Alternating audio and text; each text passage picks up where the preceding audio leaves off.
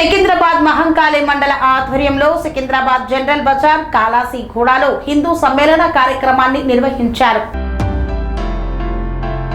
సికింద్రాబాద్ పరిధిలోని జనరల్ బజార్ కాలాసిగూడ సోమసుందరం వీధిలో ఆంజలి థియేటర్ సమీపంలో సికింద్రాబాద్ మహంకాళి మండల్ ఆధ్వర్యంలో హిందూ సమ్మేళనం ఘనంగా నిర్వహించారు.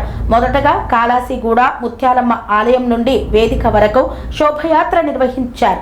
ఈ కార్యక్రమానికి ముఖ్య అతిథిగా స్వామీజీ దుర్గానందపురి, మహిళా వక్త ఉమా భాగూర్జీ, సేవికా సమితి కార్యవాహిక సికింద్రాబాద్ విభాగ్ ముఖ్య వక్త రవీంద్రనాథ్ జీ విచ్చేసి భారతమాత చిత్రపటానికి పూలమాల వేసి జ్యోతి ప్రజ్వలన గావించారు. వివిధ నృత్య నాట్య మండలి వారిచే పలు సాంస్కృతిక కార్యక్రమాలు, చిన్నారులచే భక్తి గీతాలు, ఆధ్యాత్మిక ప్రవచనాలు, ప్రసంగాలు అందరినీ ఉత్తేజపరిచాయి. రాష్ట్రీయ స్వయం సేవక్ సంఘ్ 100 సంవత్సరాలు పూర్తి చేసుకున్న సందర్భంగా దేశంలో నలుమూలల హిందూ ధర్మం యొక్క ప్రాముఖ్యతను, వేల సంవత్సరాల సనాతన ధర్మాన్ని కాపాడుకోవాలనే ఆశయంతో గడప లోపలే కులం గడప దాటితే హిందుత్వం అనే నినాదంతో పలు హిందూ సంఘాలు కార్యక్రమాలు నిర్వహిస్తూ హిందువులందరూ ఒక్కతాటిపైకి రావాలని రామాయణం, హనుమాన్ చాలీసా, భగవద్గీత యొక్క ప్రాముఖ్యతలను మానవాళికి అర్థం అయ్యేలా ప్రముఖులచే బోధిస్తున్నారు. హిందూ అంటే గర్వం, హిందూ అంటే ఒక బాధ్యత, ఒక వక్తగా ఈ కార్యక్రమం ఇక్కడ మహంకాళి స్ట్రీట్ అంజలి థియేటర్లో దగ్గర కార్యక్రమం జరుగుతుందంటే తను మాట్లాడడానికి స్వయంగా వచ్చి తన అమూల్యమైన సందేశాన్ని ఇవ్వడానికి వచ్చినటువంటి రవీంద్రనాథ్ గారికి ఒకసారి మీరు కరతాళ ధ్వనితో మీ చప్పట్లతో ఒకసారి స్వాగతం చెప్పాలి. తదుపరి అనంతరము సార్ గారు వీరి ముఖ్య వక్తగా వచ్చేటప్పుడు ప్రసంగం ఉంటుంది. 9 గంటలకు దయచేసి అందరూ వినాలండి. ఇంకా అయిపోలేదు కార్యక్రమము, ఇంకా 15 నిమిషాలు ఉంది. 15 నిమిషాల తర్వాత కార్యక్రమం ముగించడం జరుగుతుంది. 15 నిమిషాల తర్వాత ఈ వక్త తర్వాత కూడా స్వామీజీ గారు ఒక ముఖ్య విషయం చెప్తారు. ముఖ్య విషయం చెప్పిన తర్వాత ఈ కార్యక్రమము ముగించడం.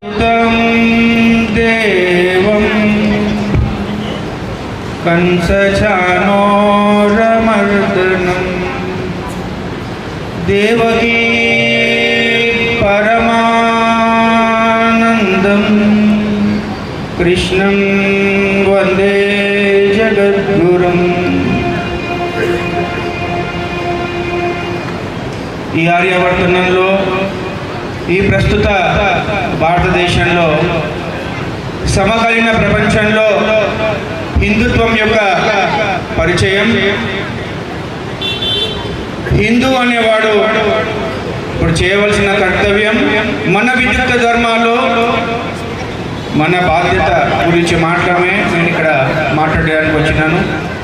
సుమతి శతకాలు కానీ, నీతి వాక్యాలు కానివ్వండి, అట్లాంటివి ఏమి కూడా ఆధ్యాత్మిక ప్రవచనం ఇవ్వడానికి రాలేదు.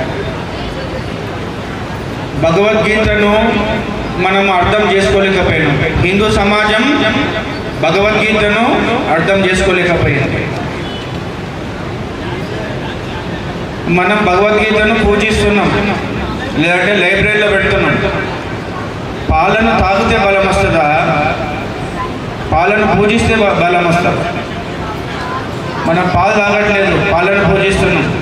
భగవద్గీతను పూజ గదిలో లేదా లైబ్రరీలో చూపించడానికి పెడుతున్నాం. జనసామాన్యం 90% యొక్క జనసామాన్యము యొక్క ఆలోచన విధానం ఎట్లా ఉందంటే భగవద్గీతను మనము అర్థం చేసుకోలేదు. మనకు అర్థం కాలేదు భగవద్గీత. మనం అనుకుంటున్నాం మేము శుద్ధ సాత్విక స్థితిలో ఉన్నాము, భగవద్గీతను పఠిస్తున్నాం. భగవద్గీత మనకు ఎందుకు అర్థం కాలేదు? భగవద్గీతను చదివి అర్థం చేసుకోవాల్సిన వయసు, జీర్ణం చేసుకోవాల్సిన వయసు 10 నుంచి 20. భగవద్గీతను చదివి దాన్ని సమాజానికి పరిచయం చేసే వయసు 20. కానీ హిందూ సమాజంలో, జనబాహుల్యంలో, సాధారణ ప్రజలలో 10% మంది కూడా భగవద్గీత పరిచయం లేదు. అన్యత మతస్థులకు ఉన్నది, విధర్మీలకు ఉంది, ఎడారి మతస్థులకు ఉంది. నిజాం కాలంలో నీ తండ్రులు తాతలు మతం మారుతావా చేస్తావా, నీకు రొట్టె ఇస్తా, నీకు ఆహారం ఇస్తా, బ్రతికిపో. మతం మారితే నీకు ఉద్యోగం ఇస్తా, మిమ్మల్ని బ్రతకని ఇస్తా. లేదు, ఈరోజు నువ్వు సలీం కాలేదు, షేక్ అబ్దుల్ కాలేదు, ఇంకేదో పేర్లు కాలేదు, నువ్వు రామునిగానే ఉన్నావు, కృష్ణుడు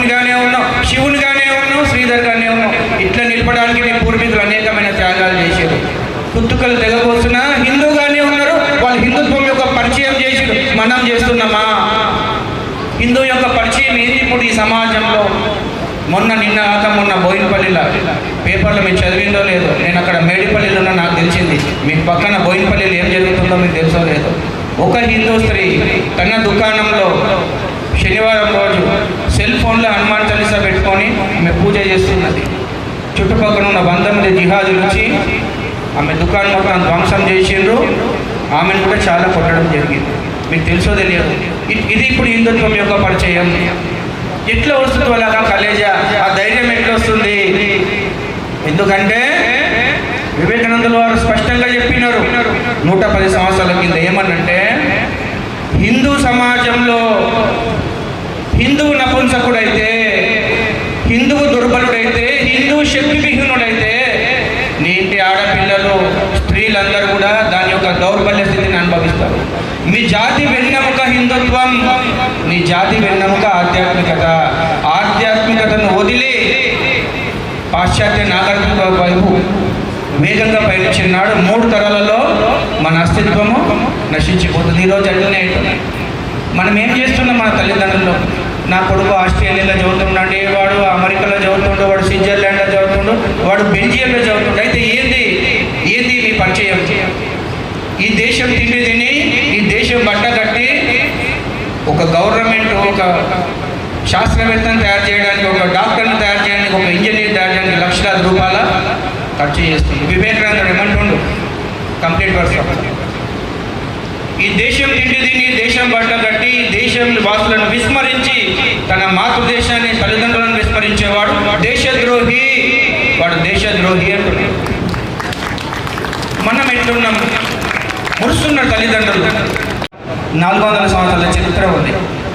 1,00,000 మంది రోహింగ్యాలు వచ్చి గుడిసెలు వేస్తున్నారు. నెక్స్ట్ ఇయరే స్వామివారి దేవాలయాన్ని ధ్వంసం చేశారు. నేనే నా చేతులతోనే సంప్రోక్షణ చేసి వచ్చి. హిందుత్వం యొక్క పరిచయం మీరు ప్రతి ఒక్కరు ఆత్మ పరిశీలన చేసుకోండి. నేను హిందువునా కాదా? హిందూ అయితే మీకు కొన్ని పరిచయాలు ఉంటాయి. ఆ పరిచయాలు మీరు మీ జీవితంలో ఆచరిస్తే అప్పుడు నువ్వు హిందువు అవుతావు. లేదంటే ఒక పాషాండ మతస్థు, హిందూ మతంలో ఉండి కూడా నిష్ప్రయోజకుడివే. హిందువు యొక్క పరిచయం ఎట్లుంటుంది చెప్తాను నేను. 2 హిందువులు ఉంటారు. ఒకడు వీరుడు, శూరుడు. వాడు భగవద్గీతను అర్థం చేసుకోండు. చిన్నప్పటి నుండి వివేకానందులు వాడు చెప్పిన మాట ఆచరిస్తుండు. వివేకానందుడు ఏమంటుండంటే, 18 సంవత్సరాల నుంచి 40 సంవత్సరాల లోపల ఎవరున్నా సరే వారు మొట్టమొదట వ్యాయామశాలలో వెళ్ళాలి, జిమ్లు వెళ్ళాలి.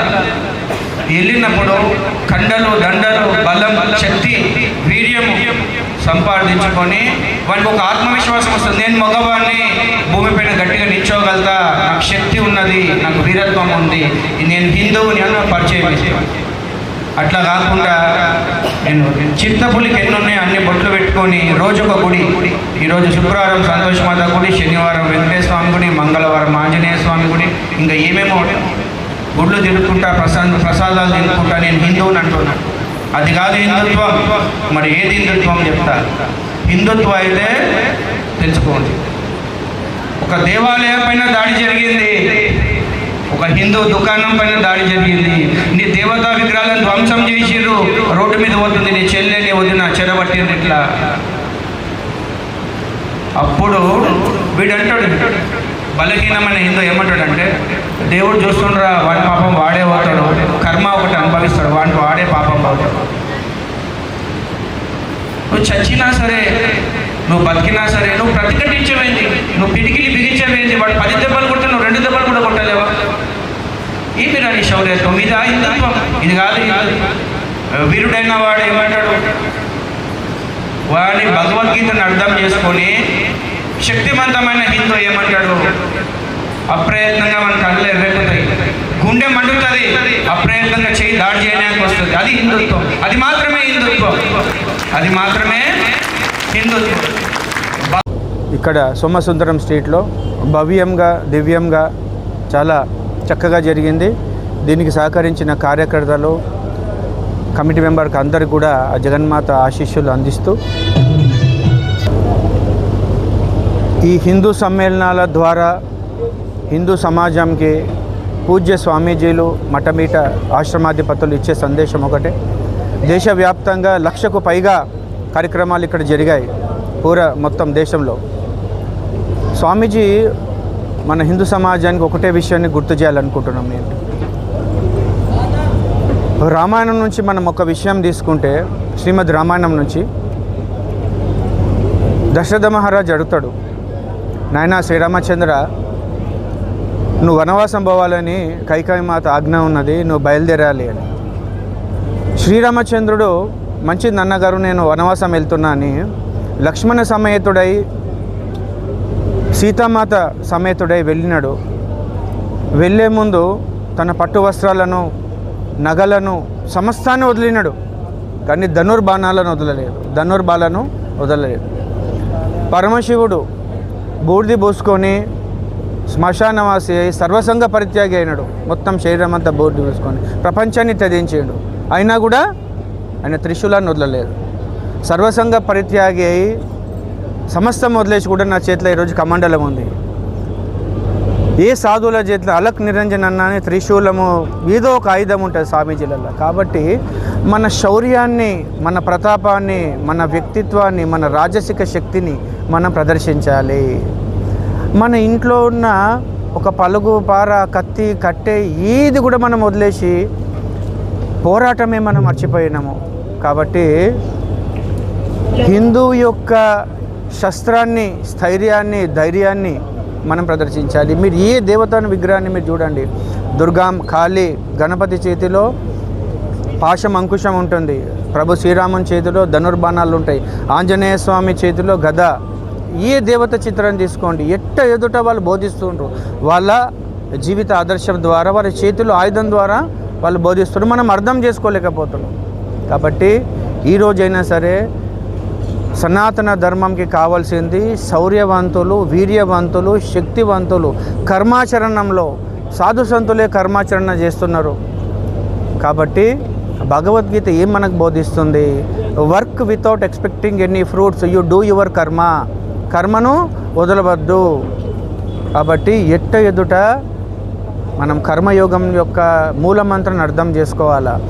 ముక్కు మూసుకొని హిమాలయ పర్వతాలలో ఇప్పుడు తపస్సు చేస్తా అంటే కుదరదు. ఇప్పుడు యుగ ధర్మం మారింది. ఈ యుగధంలో సేవానాం పరమో ధర్మ. మనిషి తన ఆచరణాత్మకమైన వేదాంతం ద్వారా, పని ద్వారానే సమాజానికి ఉపయోగపడతాడు. కాబట్టి వీలైతే శస్త్రం, అస్త్రం, లేదంటే చేతులు సేవకు. ఈ రెండే భారతదేశ జాతీయ ఆదర్శాలు. రెండే త్యాగ और సేవ ధర్మ అమారా భావి ఉజ్వలు భారత్. కాబట్టి త్యాగము మరియు సేవ ఈ భారతదేశం యొక్క జాతీయ ఆదర్శాలు. దీన్ని పట్టుకున్నంత వరకు సనాతన ధర్మానికి తిరుగులేదు. జై శ్రీరామ్. మన ఆర్యావర్తనము ఒక సందేశం ఇచ్చింది. లోకా సమస్త సుఖినో భవంతు, సర్వే జన సుఖినో భవంతు అనే ఈ సందేశం ఇచ్చింది. కేవలం సనాతన ధర్మం, హిందూ ధర్మం మాత్రమే. ఇతర అన్ని మతాలను ఎక్కడైనా తీసుకుంటే మా మతాన్ని నమ్మని వారందరికీ కూడా కాఫీర్లు, వాళ్ళని చంపివేయబడాలా. కాబట్టి కత్తి బలంతో రక్తపుటేర్లు పారించుకుంటూ ఇతర మతస్థలన్నీ కూడా ప్రపంచాన్ని జయించినాయి. కేవలం శాక్యముని బుద్ధ భగవానుడు మాత్రమే సత్య దర్శనం, శాంతి, అహింస, సేవ అనే భావనతోనే భారతదేశం విశ్వగురువు అయింది. ఆనాటి నుంచి ఈనాటి వరకు కూడా విశ్వగురువు ఉంది. కాబట్టి మన ఆర్యోక్తి ఏంది? సేవానాం పరమో ధర్మ. ఈరోజు మనం ఎన్నో పూజలు చేస్తున్నాం. దానికి సంతృప్తి పడిన భగవంతుడు మన ఎవరు కూడా భగవంతుడు శంఖచక్రాలు ధరలు ధరించి రాడు అనమాట. దైవం మానుష రూపేణ అంటే ఒక గోవు రూపంలో మన సమాజంకి వస్తుంది, ఒక కుక్క రూపంలో. ఇప్పుడు ఈ చూడండి, ఈ ఎండాకాలంలో బగబగమండే ఈ ఎండలో గోమాత ఎండనక వర్షంకి తడుస్తూ, ఎండకి ఎండుతూ ఒక్క ముద్ద అన్నానికి నోచుకోలేక మన ఎదుట గోమాత కనిపిస్తున్నది. ఎన్నడన్నా మనము చెయ్యి విదిల్చి ఒక రొట్టె పెడుతున్నామా, ఒక జలమాన్ని ఇస్తున్నామా? అట్లాగే భైరవేశ్వరుడు అని భావిస్తాం. కాశీ విశ్వనాథుని దర్శనం కంటే ముందు మనం భైరవనాథుని దర్శనం చేసుకోవాలి, క్షేత్రపాలకుడు. ఎన్నడన్నా మనం ఒక కుక్కకు ఒక ముద్ద అన్నం పెడుతున్నామా, జలం ఇస్తున్నామా? కాబట్టి దేవుడు ప్రతి ఒక్క జీవిలో ఉన్నాడు. కాబట్టి దైవం మానుష రూపేణ. నా పాఠశాల విద్యార్థి దశలో నేను ఒక వాక్యం వినడం జరిగింది. స్వామీజీ అంటారు కంప్లీట్ వర్క్స్ ఆఫ్ స్వామి వివేకానందలో, ఈ దుఃఖపూరితమైన ఈ లోకంలో ఏ ఒక్కరి బాధ, దుఃఖం మాత్రం తీర్చగలిగితే అది మాత్రమే జీవితం. మిగతా అవన్నీ కూడా వట్టి వృధా ప్రయాస. ఇప్పుడు చూడండి, మనం రామాయణం చదువుతున్నాం, భారతం చదువుతున్నాం, భాగవతం చదువుతున్నాం, భగవద్గీత చదువుతున్నాం. అది చదివి మనం పండితుడవుతున్నాం తప్ప దాన్ని ప్రాక్టికల్ వేదాంత, ఆచరణాత్మకమైన వేదాంతంలోకి తీసుకురావాలా. ఏదైతే మనం చదివినామో, అది విన్నామో, దాన్ని ఇంప్లిమెంటేషన్ అంటే ఆచరణ చేయాలి. నేను బాలకావస్థలో ఉన్నప్పుడు ఈ వాక్యం చదవడం జరిగింది. డబ్బుతో ప్రసక్తి లేకుండా స్టూడెంట్గా ఉన్నప్పుడే నేను వివేకవర్ధిని ఈవినింగ్ కాలేజీలో చదువుతూ పని చేస్తూ సేవ చేశాను. ఒక దిక్కు పని చేస్తూ ఈవినింగ్ కాలేజీలో చదువుతూ కూడా సేవ చేశాను. అంటే ఒక సంకల్పం ముందు, గట్టి సంకల్పం ముందు కొండలు కూడా పిండి అవుతాయి. సంకల్పం మనకు కావాల్సింది. గడిచిన 20 సంవత్సరాలు గడిచిపోయింది. ఇక్కడ కుంటి వాళ్ళు, గుడ్డి వాళ్ళు, పక్షపాతం వచ్చిన వాళ్ళు ఎంతో కొన్ని వందల మంది, వేల మంది కూడా మంచిగా తిరిగి వాళ్ళ జీవన వ్యవస్థలు వెళ్ళినారు. ఒక నార్త్ ఈస్టర్న్ స్టేట్స్ నుంచి ఒకళ్ళు వస్తారు, బీహార్ నుంచి, బెంగాల్ నుంచి, నేపాల్ నుంచి ఇక్కడ బతికి తెరవడానికి. వాడు క్లాక్ టవర్ దగ్గర పడుకుంటాడు రాత్రిపూట. వానికి ఇల్లు కిరాయి తెచ్చుకునేంత శక్తి ఉండదు. ఫుట్పాత్ మీద పడుకొని డే టు సాయంత్రం నుంచి వరకు పనిచేస్తాడు. అట్లాంటి వాళ్ళకి ఏమైనా గాయమైంది, ఏమైనా దీర్ఘ వ్యాధులు వచ్చినాయి, కుష్టి వ్యాధికి వచ్చింది, వానికి ఏదన్నా ఒక జబ్బు వచ్చింది, వానికి చేసేవాళ్ళు లేరు. ఇది నేను గ్రహించి గడిచిన 20 సంవత్సరాల నుంచి స్వామి డైరెక్ట్గా అక్కడ టాయిలెట్స్ గడుగుతాడు, మలమూత్రాలు శుభ్రపరుస్తాడు, స్నానం చేస్తాడు, తినిపిస్తాడు, వంట వండుతాడు. నేను ఆశ్రమం పెట్టిన మొదట పొద్దున్న భోజనం పెట్టినాం, సాయంత్రం భోజనం పెట్టడానికి స్థితి లేదు. ఆ స్థితి నుంచి ఉక్కు సంకల్పంతో ఈరోజు మేడిపల్లిలో నా మఠం యొక్క భూమి విలువనే దాదాపు 100 కోట్లు ఉంటుంది. పొద్దున్న అన్నం పెడితే సాయంత్రం అన్నం పెట్టడానికి లేని పరిస్థితిలా ఆ కష్ట సమయంలో మనం నిలిచి ఉన్నప్పుడు భగవంతుడు మనకు విపత్కర పరిస్థితులు, పరీక్షలు ఉంటాయి. దాన్ని దాటుకుంటేనే మంచి. కానీ సర్వసంగ పరిత్యాగిగా ఇన్ని కోట్ల రూపాయల ధనం వచ్చినా ఏది కూడా స్వామి పేరు మీద ఒక సైకిల్ కానీ, ఒక బైక్ కానీ, ఒక కార్ కానీ లేదు నాకు. ఈరోజు కూడా వాళ్ళు పంపిస్తేనే నేను ఆ కార్లో వచ్చిన, లేదంటే క్యాబ్లో వెళ్తా. నా పేరు మీద ఒక ప్లేస్ కానీ, ఒక రిజిస్టర్ కానీ, ఒక బిల్డింగ్ కానీ ఏమి కాదు. ఆశ్రమంలో 10 మందికి వండిన భోజనమే చేస్తా వాళ్ళతో పాటు. కానీ ఈరోజు కూడా ఈ 30 ఏళ్ళ జీవితంలో నేను మంచం పైన పడుకునేది లేదు, హంసతూలిక తల్పంలో లేదు. కేవలము కఠినమైన నేలనే శయనిస్తా, మెత్త కూడా ఉండదు. ఈ విధమైన కఠినమైన జీవితము మన జీవితంలో ఆదర్శంలో మొట్టమొదట మనం ఆచరించి చూపించినప్పుడు జనబాహుల్యానికి మనము ఏమన్నా అందించగలుగుతాం. మన మాట ఇతరుల యొక్క హృదయాన్ని దోచుకుంటుంది, వాళ్ళ హృదయం యొక్క బాణం తగులుతుంది వాళ్ళకు. మనము అన్ని భోగాలు అనుభవిస్తూ మీరు మాత్రం సేవ చేయండి అంటే అది కాదు. కాబట్టి సేవను ఏదైతే మనం చేయాలనుకున్నామో మొదట మనం సైనికులుగా ముందుకు ఉండాలి. జై శ్రీరామ్. అనురాగానికి అమ్మ ఆదర్శం, ఆరోగ్యానికి Sri Sai homeo stores and clinic. అనుభవం, అర్హత, అంకిత భావం కల డాక్టర్లచే చికిత్స. అన్ని రకాల ఆరోగ్య సమస్యలకు నమ్మకమైన ఎంపిక Sri Sai homeo stores and clinic. Diabetes, కీళ్ల నొప్పులు, సయాటికా, వెన్నుముక్క సమస్యలు, థైరాయిడ్, నిద్రలేమి, మానసిక సమస్యలు, ఋతు సమస్యలు, అన్ని రకాల దీర్ఘకాలిక వ్యాధులకు ప్రత్యేక హోమియో వైద్యం. అందరికీ అందుబాటులో అంతర్జాతీయ హోమియో వైద్యం Shri Sai homeo stores and clinic. మీ ఆరోగ్య సమస్య ఏదైనా ఇప్పుడు పరిష్కారం సాధ్యం. సైడ్ ఎఫెక్ట్ లేని వైద్యంతో సంపూర్ణ ఆరోగ్యం కొరకు సంప్రదించండి Shri Sai homeo clinic and stores, Bhavani Nagar, Ambedkar Nagar road, old Alwal, Secunderabad. సంప్రదించాల్సిన ఫోన్ నంబర్స్ 9000751755